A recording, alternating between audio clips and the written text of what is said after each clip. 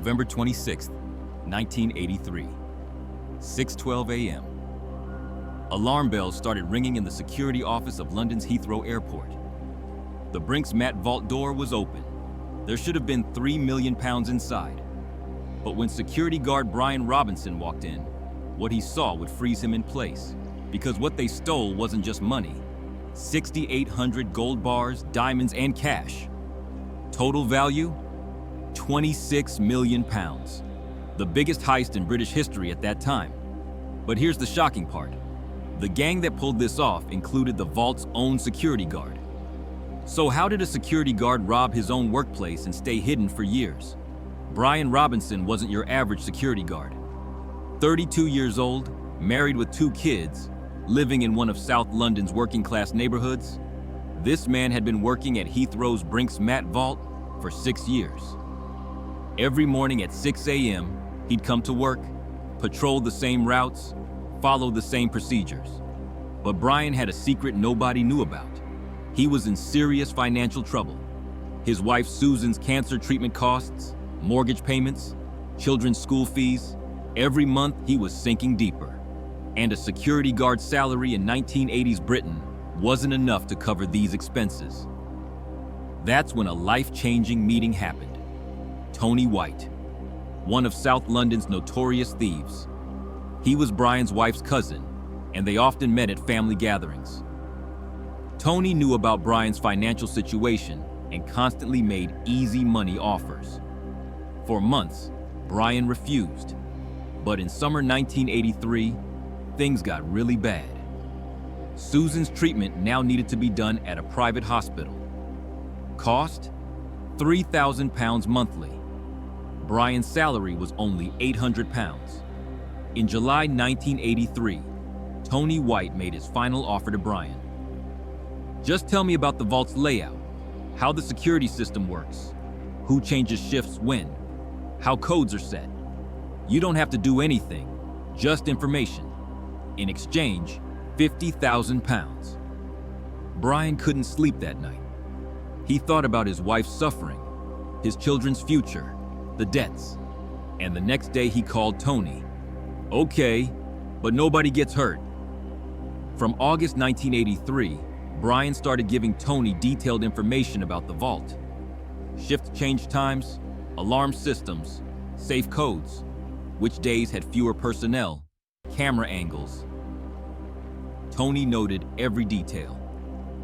Tony White shared this information with his crew. Mickey McAvoy, Kenneth Noy, John Palmer. He assembled a team of England's most experienced thieves. But they weren't just planning to steal money. Tony had discovered a secret from Brian. The Brinks Mat vault didn't just store cash, it also held gold bars from the Bank of England. They started planning in September. According to information from Brian, the most suitable day would be Saturday, November 26th. Weekend meant minimal staff, old security cameras, alarm system less sensitive during morning shift. Brian's role was critical. That morning when he came to work, he'd leave the side door open, disable the alarm system, and allow the gang members to enter. This was the riskiest part of the plan.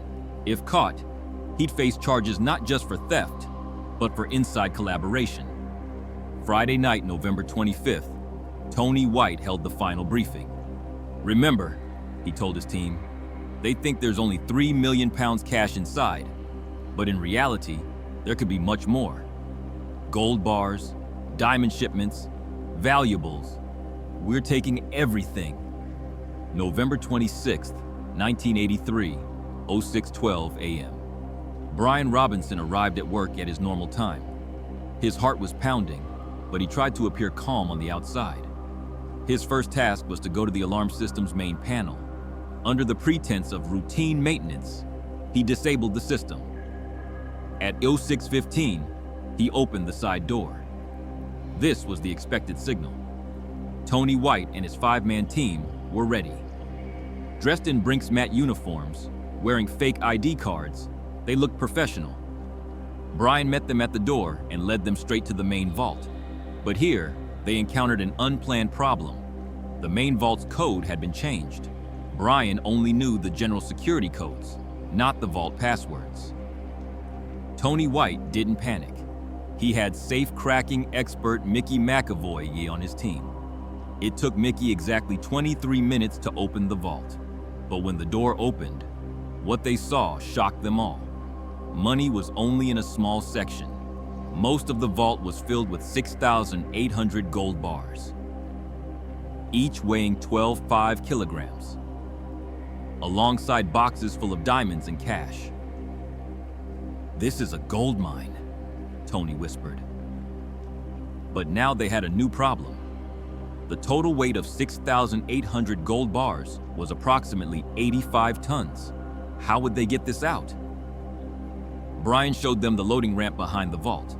They could bring trucks there, but first they needed to find vehicles that could carry the gold. Tony immediately went outside and made phone calls. Within an hour, 3 trucks arrived. They had fake Brinks Mat logos on them.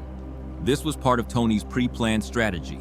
Between 07:45 and 10:30, for exactly 2 hours and 45 minutes, they loaded the gold bars into the trucks.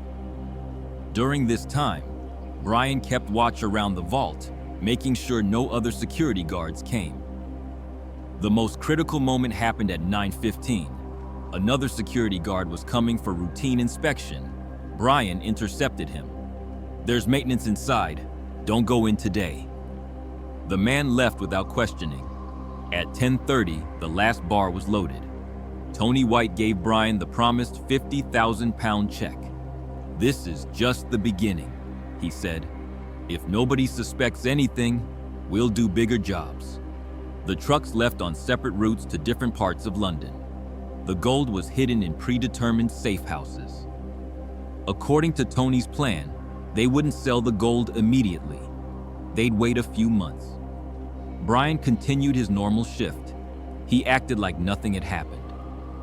When his shift ended, he went home and told his wife, "Just another normal day at work." But the theft was discovered Monday morning. During Brinks Mat's routine inventory check, discrepancies were detected, initially thought to be accounting errors. But when more detailed checks were done, the truth was revealed. £26 million worth of gold and cash had been stolen. Scotland Yard immediately sprang into action. Detective Colin Madden from the flying squad took over the investigation. The first suspects were the security guards working at the vault.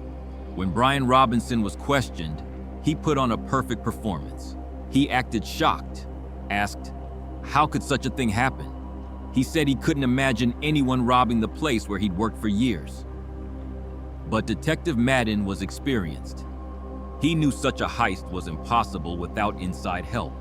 He put Brian under close surveillance. From November 1983 to March 1984, Brian continued his normal life. He got his wife's treatment done at the private hospital, paid off the mortgage, got private tutoring for his children. But he was careful. He made sure not to show sudden signs of wealth. Tony White and his team started laundering the gold. Kenneth Noy had gold melting facilities in various cities across England. They melted the bars and sold them in small pieces, but Scotland Yard was tracking them.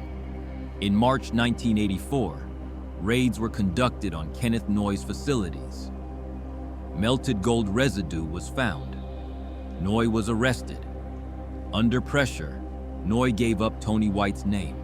When Tony was arrested, he exposed Brian Robinson. On April 9, 1984, Brian Robinson was arrested at his home. His wife, Susan, was shocked. "My husband would never do such a thing," she cried. But the evidence was too strong. Brian pleaded guilty in court. In his defense, he talked about his wife's illness and financial situation. He was desperate, his lawyer said.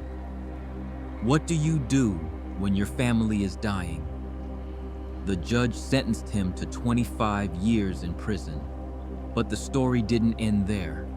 Only £3 million worth of the stolen £26 million in gold could be recovered. The remaining £23 million was never found. Tony White and his team had planned so cleverly, hidden the gold so well that police never found it completely. Brian Robinson served 12 years in prison. He was released on parole in 1996. When he got out, his wife Susan was still alive. The cancer treatment had been successful. She had recovered. Brian's risk had ultimately saved his wife's life. But here's the biggest mystery. After Brian got out of prison, he unexpectedly became wealthy. He bought a villa in southern Spain, started driving luxury cars. Where was this money coming from? Detective Colin Madden, after retiring, made this statement. Brian Robinson was a very intelligent man. He probably knew the location of some of the gold that only he knew about. And he didn't share that information with anyone during his time in prison. In 2010, Brian Robinson died in Spain. After his death, a secret safe was found in the basement of his villa. What was inside? It was never revealed.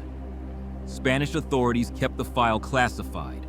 Today, 40 years later, the missing gold from the Heathrow Heist still hasn't been found. Scotland Yard still keeps the case open. Because 23 million pounds worth of gold is sitting somewhere, and someone knows where it is. Brian Robinson's story is a perfect example of how a security guard outsmarted his own system. But the real lesson is this. Sometimes the biggest threats come from within.